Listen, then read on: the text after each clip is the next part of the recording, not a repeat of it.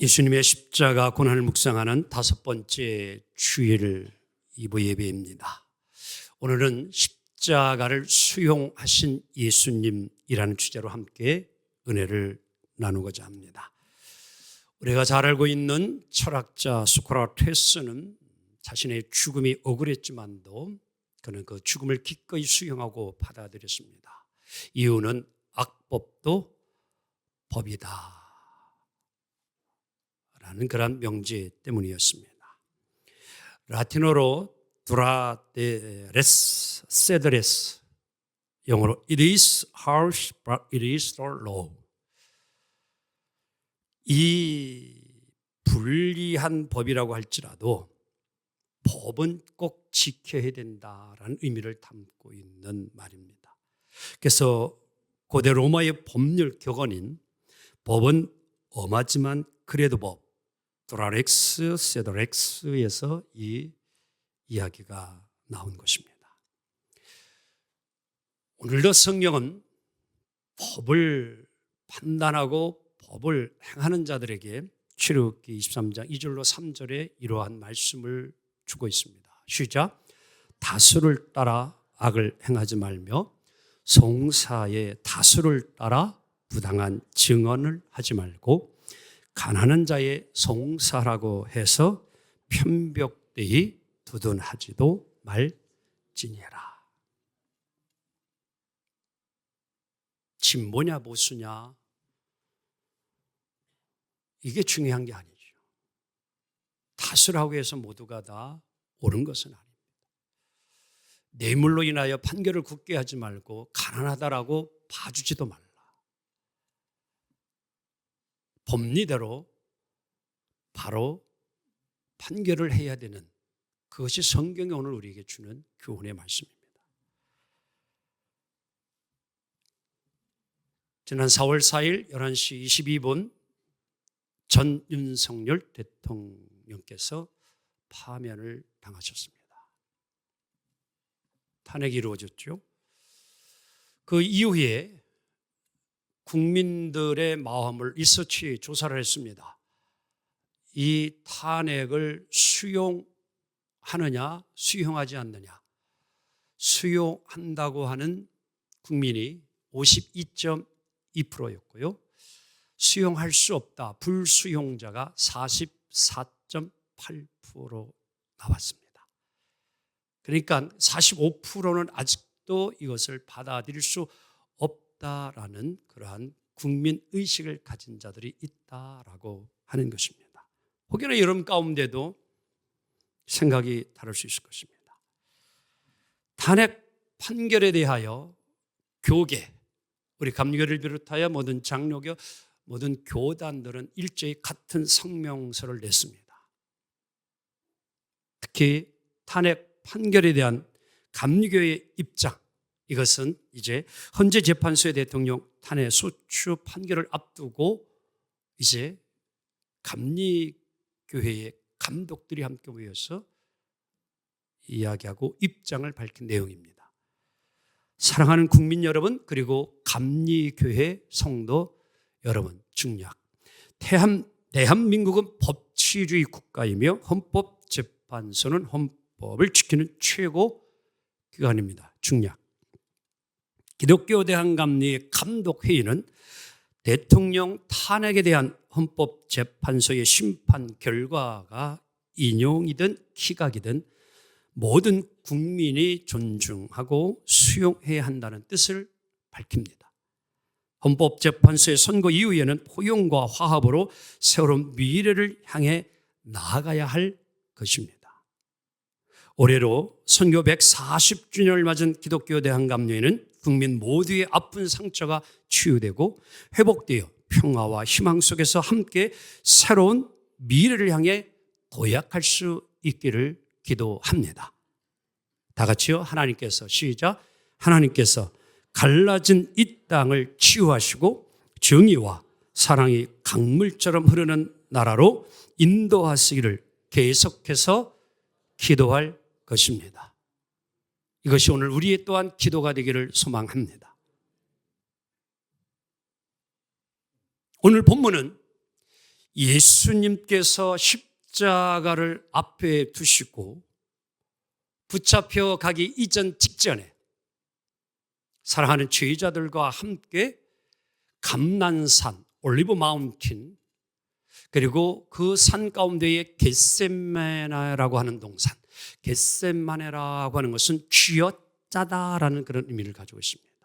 그래서 올리브 열매를 그곳에서 쥐어짜서 올리브유를, 감람유를 만들었기 때문에 그것을 겟세마네 동산, 지금도 현재에 그곳에는 감람나무가 2000년, 3000년 된 나무들이 현존하고 있습니다. 예수님이 계셨을 때의 그 나무도 현존하고 있어요.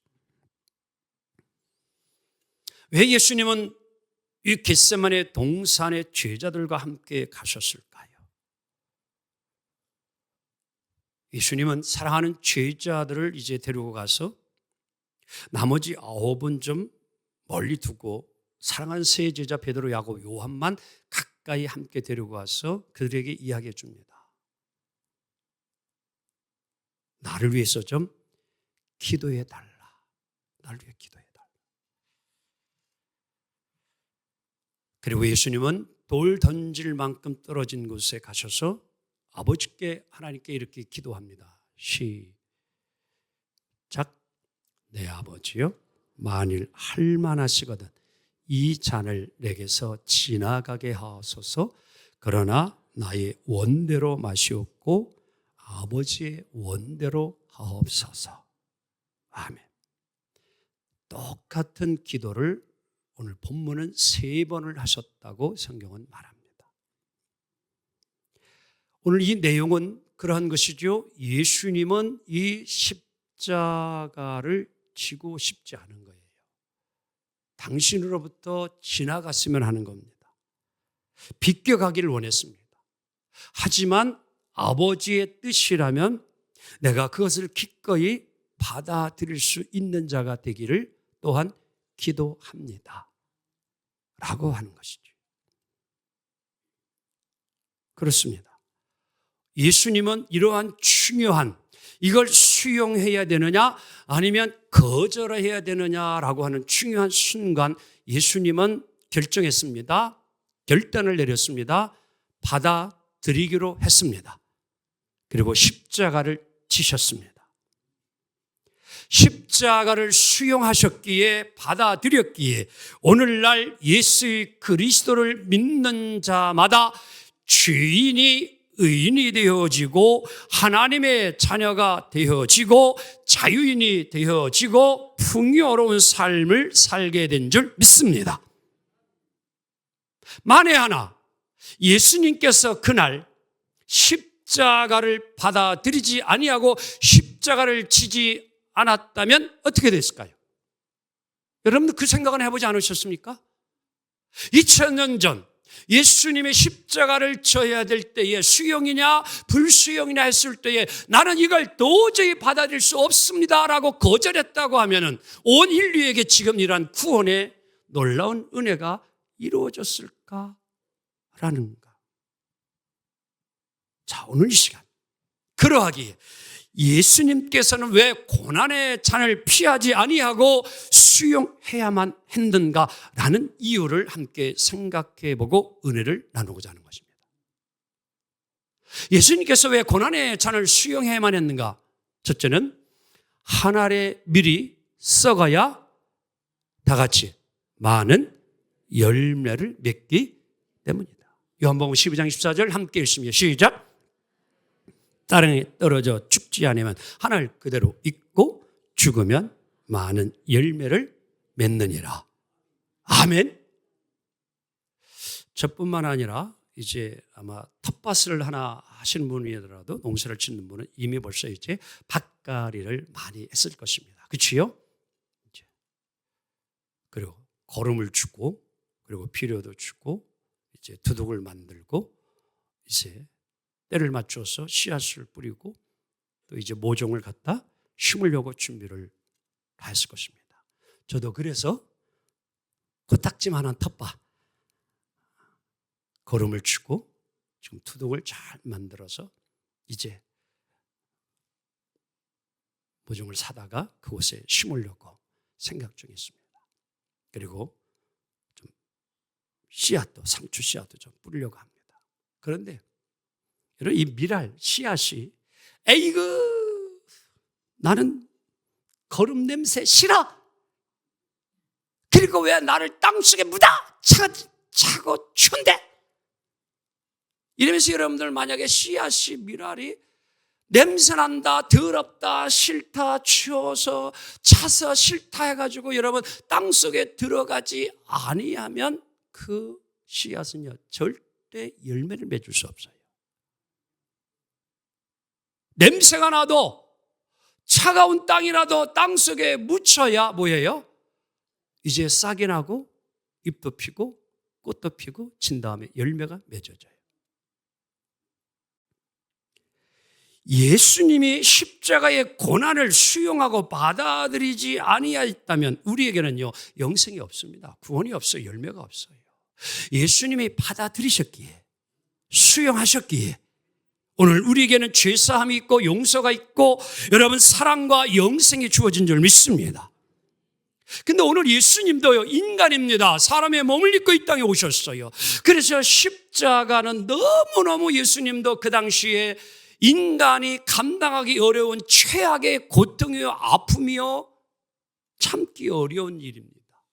그래서 이것을 예수님도 치고 싶지 않아서 오늘 겟세마네 동산에 올라가서 이것을 인간적인 생각을 가지고 받아들이려고 하니까 역부족이에요. 도저히 이것을 내가 받아들일 수가 없는 거예요. 그래서 예수님도 그것을 위하여 오늘 겟세마네 동산에 올라가서 아버지께 기도하는 거예요. 하나님, 나에게 이 쓴 잔을 마실 수 있는 십자가를 내가 받아들일 수 있는 능력을 주옵소서. 그 기도하는 거예요. 이 예수님의 그때의 상황과 심정이 어떠했는지 오늘 본문은 뭐라고 표현한 줄 압니까? 내가 심히 고민하고 내가 정말 슬퍼하고 다 같이 죽을 맛이다 그래 봐봐. 그렇게 예수님 표현했어요. 고민하고 슬퍼하사 죽을 지경이다. 그렇게 예수님이 표현을 합니다. 이게 인간의 생각을 가지고는요 받아들일 수 없다라는 거예요. 도저히 너무너무 힘들다는 거예요. 혼자서 그것을 감당하기 어렵다는 겁니다. 그래서 아버지 나에게 힘을 달라는 거예요. 내 원대로 마시고 아버지 원대로 이루어 주옵소서. 요즘요 오늘날 이 세상을 살아가는 많은 사람들은 달면 삼키고 쓰면 뭐예요? 뱉어요. 요즘 저희 아내가 이제 봄이 돼서 그런지 식탁에 올라오는 반찬의 메뉴를 보니까 나물들이 좀 종종 올라오더라고. 달래에 냉이 요 정도는 아주 좋아. 근데 모우대를 삶아가지고 쓴 게 올라오니까 으아!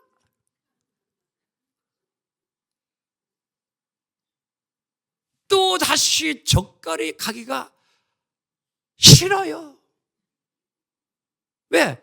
써요, 써. 맛이 써.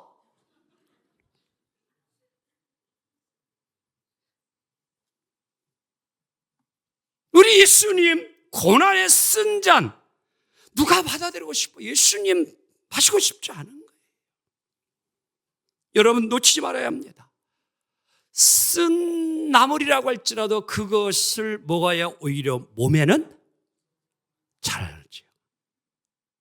그게 몸에는 좋대요.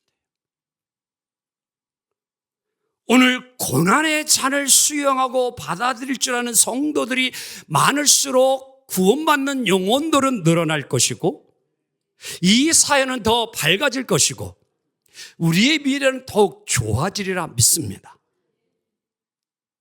하지만 이와는 반대로 자기의 고난을 쓴 잔을 거부하고 받아들이지 아니하는 사람이 많을수록 이 사회는 어두워지고 더욱 부패가 되어지는 사회가 될 수밖에 없습니다. 사랑하는 성도 여러분, 따라서 아무도 돌아보지 않고 여러분 힘든 걸 하지 아니하라고 하는 사람들이 많으면 아니 됩니다. 오늘날 이 시대는 오히려 정말 쓴 자를 받아들일 줄 알고 남들이 하기 싫은 일을 먼저 할 줄 알고 하찮은 일, 귀찮은 일, 냄새나는 일을 먼저 짊어지고 쓴 잔을 받아들이고 갈 줄 아는 사람들이 존경받고 사랑받고 인정받는 사회가 되도록 우리 먼저 믿는 그리스도인들이 노력하며 살아가야 될 줄로 믿습니다. 우리가 잘 알고 있는 쉰들러 리스트라고 하는 영화, 아마 많은 분들이 보고 감동을 받았습니다. 스필버그라는 감독이 이제 만든 작품인데요. 전쟁 속에서도 꽃과 같이 피어나는 휴머니즘적인 그러한 이제 감동을 주는 모든 이들마다 참 마음에 감동을 주었던 영화 중에 하나죠. 이 이야기는 제2차 세계대전이 거의 끝나갈 무렵에 나치의 그런 죽음 수용소 아우슈비츠에 갇혀있던 유대인들 1000여 명이 넘는 그들을 극적으로 구출해내고 살리는 일을 행한 자가 바로 쉰들러 내외 에밀리와 함께 아름다운 일을 행한 스토리입니다. 이 두 부부는요, 독일의 독실한 크리스찬이에요. 그래서 나치를 설득시켜가지고 내가 그들을 다 돈 주고 살 테니까 그들을 죽이지 말라. 내게 팔아. 그래서 자기 재산을 다 팔아서 그들을 다 삽니다. 유대인들, 자기 독일인도 아니에요. 유대인들이에요, 유대인들이. 그들 다 돈 주고 사요. 1000명. 나중에 또 200명.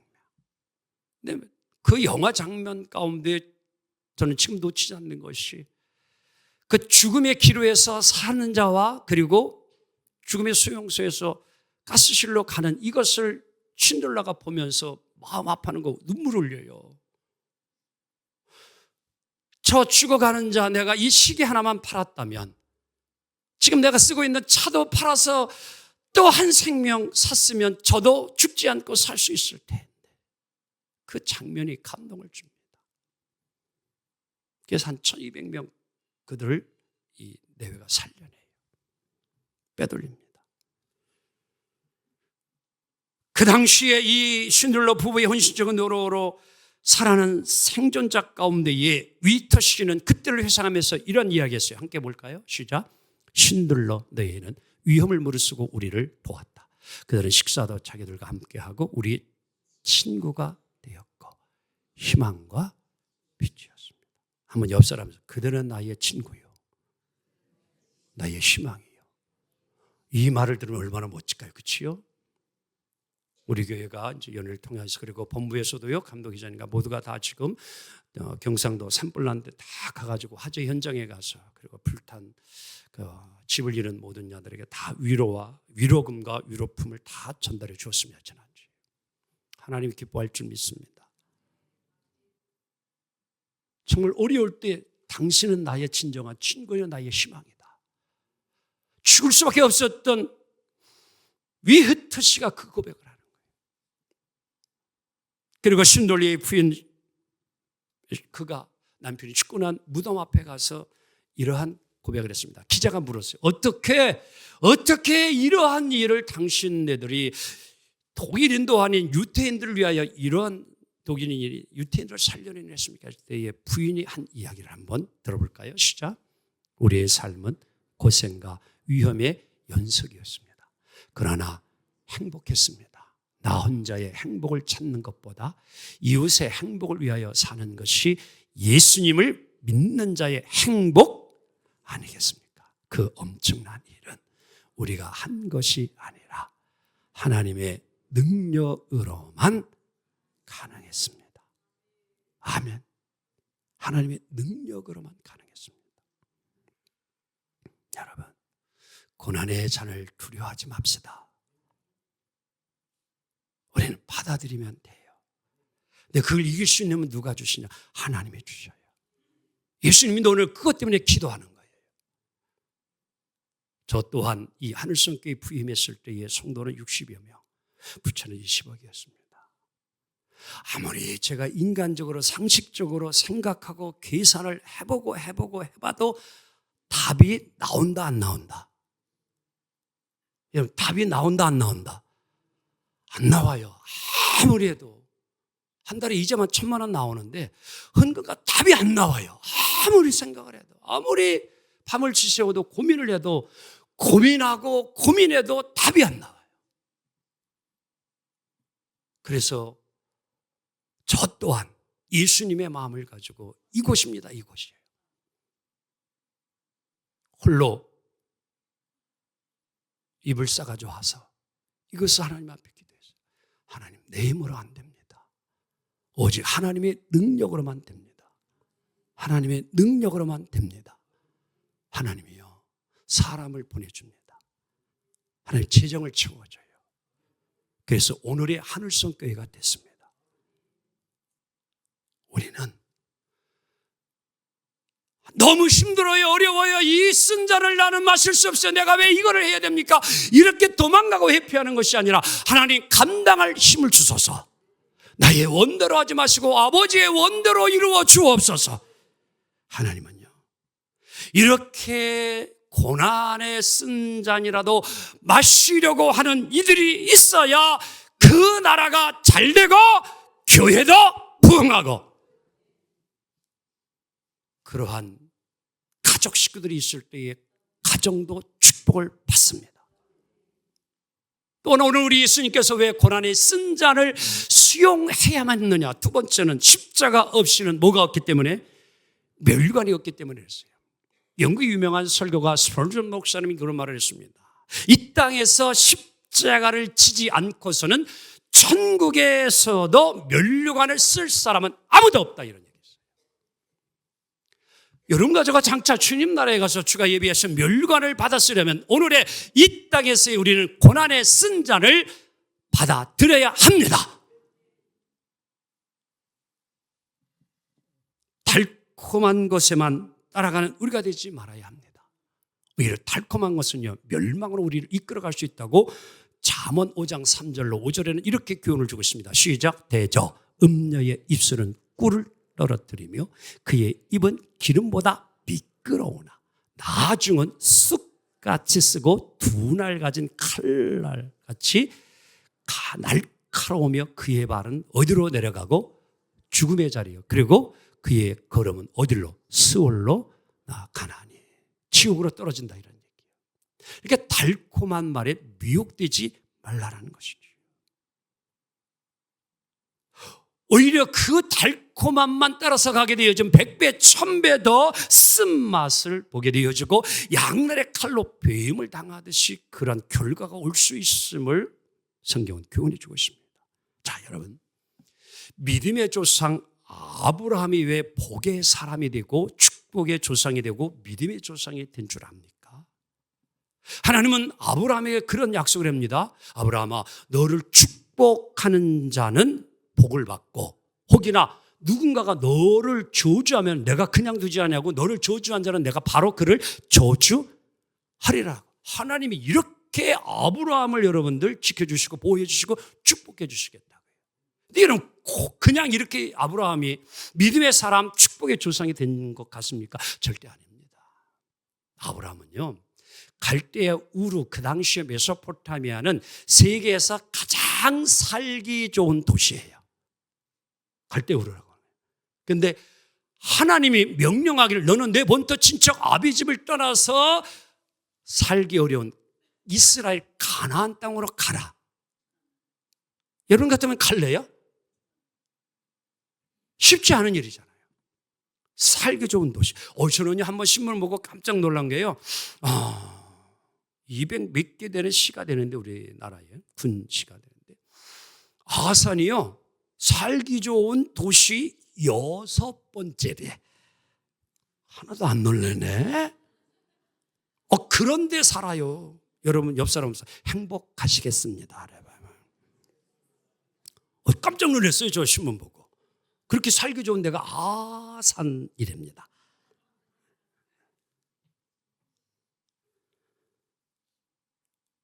아브라함이 바보가 아니라면 왜 살기 좋은 그곳을 떠나 그 가나안 땅으로 가요? 근데 하나님이 말씀하니까 순종하고 가는 거예요. 받아들였어요. 하나님, 오케이, 좋습니다. 네, 갑니다. 가보지도 않은 곳이요, 살아보지도 않은 곳이요. 요즘같이 구글로 해가지고 다 인공위성 되어가지고 그것이 어떤 지역인가 다 서치해보면요 금방 나오는 그런 시대가 아니에요. 가보지도 않은데. 근데 뭐예요? 수용했어요. 그리고 내게 아들을 준다. 근데 아들 이삭을 얻기 전에 아브라함이 급해가지고 몸종을 통해가지고 이스마엘 아들을 낳았잖아요.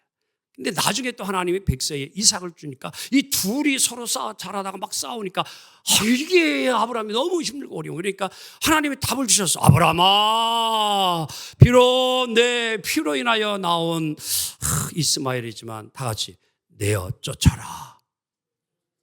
어떻게 할래요, 여러분? 하나님이 그랬어요. 아브라함아, 내 몸종 하갈 이스마엘 내 집에서 내쫓으라 그랬어요. 그래서 내쫓아요. 수용해서 받아들였어요. 그런데 더 놀라운 건요, 하나님이 어느 날 나타나시다면 아브라함아, 백세 얻은 내 아들 이삭을 번제로 드려라 이래네. 번제로 드려라. 이거 여러분들 수용해요, 거절해요? 아브라함은 뭐 했어요? 수용했어요. 그때 하나님의 말씀을 우리는 귀담아 듣고 기억해야 돼요. 아브라함아, 이제야 비로소 내가 나를 참으로 경외하는 줄 너를 인정하노라. 먼저 옆 사람 하면서 내가 인정해요. 그래봐 이제. 왜냐면 그 전까지는 이걸 믿어야 되나 말아야 되나 믿을 만한 사람인지 긴가민가 했는데 사건 하나 딱 보니까 다시 한번 믿습니다. 그래봐 그런 거예요. 그래서 아브라함이 믿음의 조상이 되고요, 축복의 조상이 됐어요. 싫다고 힘들다고 어렵다고 더럽다고 추하다고 내가 져야 될 십자가의 쓴잔을 거절하게 되어지면, 불순하게 되어지면 내게 여러분 축복이 주어지지 않아요. 면류관은 십자가의 쓴잔을 받아들여야 여러분 면류관도 주어질 줄 믿습니다.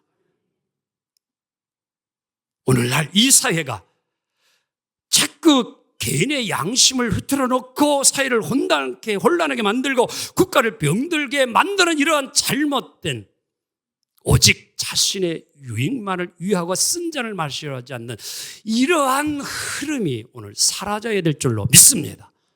그래야 우리 한국 사회가 건강해져요. 서로가 좀 고난의 십자가를 수용할 수 있어야 돼요. 좀 내 생각과 다르더라도 받아들일 수 있어야 돼요. 좀 소리가 커서 아이가 놀란 것 같은데 축복 기도로 받으러 왔어요. 우리 상은. 뭔 얘기해도 안 했네. 내 뜻과 내 생각과 다르더라도 받아들일 수 있는 수용력이 있어야 돼요. 그래야 건강한 사회가 되고 건강한 국가가 됩니다. 그리고 예수님이 왜 십자가에 여러분 고난을 회피하지 않냐고 도망가지 않냐고 받아들였냐. 세 번째, 고난의 잔을 회피하지 않았기에 우리에게는 부활이요 영생이 구원이 이루어진 것을 알기 때문입니다. 그래서 우리는 도망가면 안 돼요. 우리의 신앙생활이나 일상생활도 마찬가지예요. 어떤 사람은요 아주 다 같이 약간 빠졌다라 그래 봐.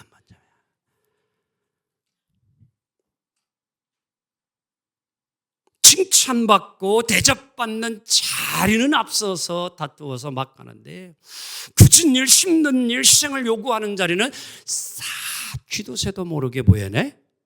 우리 한번 옆 사람에서 어디 갔어? 그래 봐. 아니 조금 전까지만 있었는데 우리 뭐 좀 일합시다 그랬는데 안 보이네. 근데 신기한 거는 우리 피자 먹으러 갑시다 뭐 먹으러 갑시다 언제 나타났어? 아이고,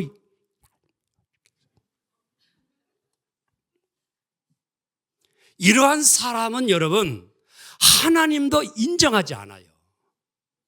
사람만이 인정 안 하는 것뿐만 아니라 하나님도 별로 그런 사람 인정하고 존경하지 않아요. 사설을 읽으면서 감동을 받았습니다.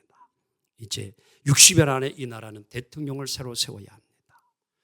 근데 그 내용 가운데에 가장 중요한 공감되어지는 내용은 이 나라의 차기 대통령은 좀 존경받는 분이 되었으면 좋겠다. 아멘이죠. 정말 국민으로부터 좀 존경받는 사람이 대통령이 되었으면 좋겠다. 여러분, 다윗이 왜 여러분 하나님 마음에 들었고 하나님 앞에 쓰임받은 인물이 된 줄 압니까?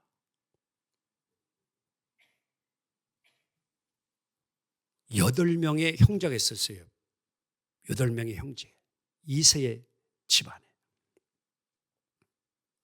하나님이 이제 사울 왕 이후에 다윗을 왕으로 세울 때에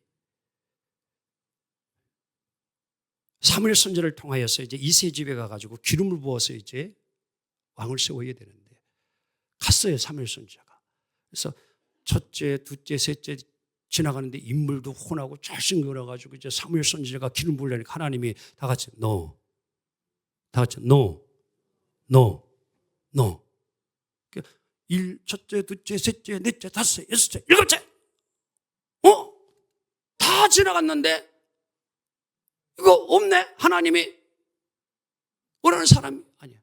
그래서 물어 사무엘 선지자, 아니 또 있어요. 그랬어. 또 있어요. 또 있냐니까. 이 지금 저기 들녘에서 양을 치고 있는 누가 있어? 막내 다윗이 있다는 거예요. 빨리 데려오라. 그러니까 하나님이 보는 마음에 들어. 그에게 기름 부어 세워요. 왜? 세세히 기록되어 있지 않지만 다윗은요, 양떼를 철저하게 지키며 때로는 잠도 못 이뤄가면서 양을 지키는 자가 다윗이었어요. 그리고 성경을 보게 되어지면 양떼를 지키면서 곰이나 사자가 왔을 때에도 다윗은 그 순간 아이고 어머나 지만 살라고 양떼들을 내비두고 도망갔다? 안 갔대요. 자기가 사자에게 곰에 물려 죽을 수 있음에도 불구하고 다윗은 뭐예요? 목숨을 걸고 물맷돌을 가지고 사자와 곰과 싸워 그들을 이겨낸 줄 믿습니다.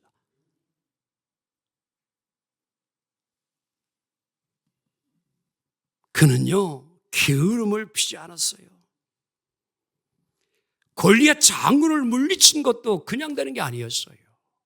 그가 평소에 그러한 물맷돌 훈련을, 사자곰을 물리친 그러한 훈련과 경험이 있었던 거예요. 그래서 골리앗과 같은 자, 크면 클수록 맞추기가 쉽다 어렵다? 표적이 크면 더 맞추기 쉽잖아요.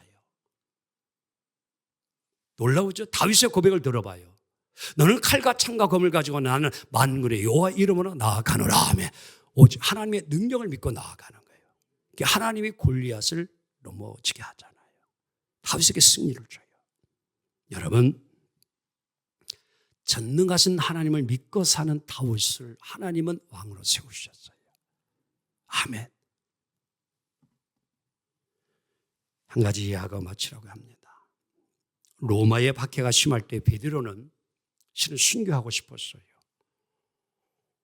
근데 그를 따르는 무리들 제자들이 아유 우리 베드로 수제자님이요 지금 죽으면 안 됩니다.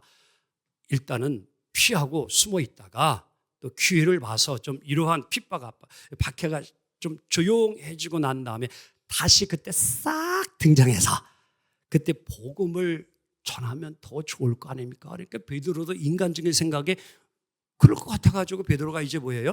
로마에서 뭐예요? 빠져나가는 거예요. 이제 로마 밖으로 다 이제 지만 살려고 빠져나가요. 그런데 그때에 예수님이 환상 가운데 베드로에게 나타났어요. 자, 이미지 볼까요? 시작. 주여 어디로 가십니까?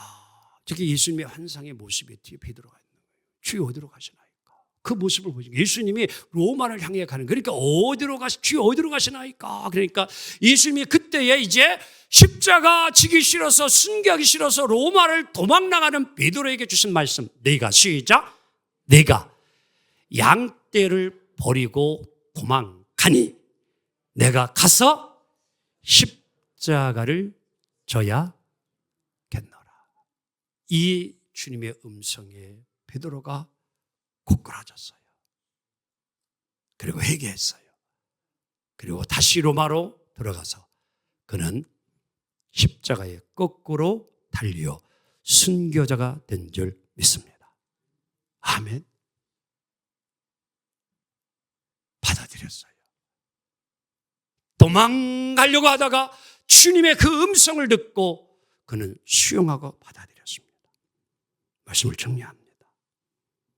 내게 주어진 십자가를 내가 지지 아니하면 누군가가, 여러분, 다른 이가 그 십자가를 져야 합니다. 그래서 주님은 말씀합니다. 자기 십자가를 지고 나를 따르리라. 각자의 십자가가 있습니다. 그걸 우리는 받아들이고 가야 합니다. 어렵지만 십자가를 흔쾌히 질 때에 하나님께서 사용하심을 믿고 괴로운 일, 굳은 일, 귀찮은 일, 고달픈 일에도 여러분들이 앞장서서 행하고 나아감으로 주님 나라에 가서 멸류관을 다 받고 상급받는 모든 주인공들 되길 주의 이름으로 축복합니다.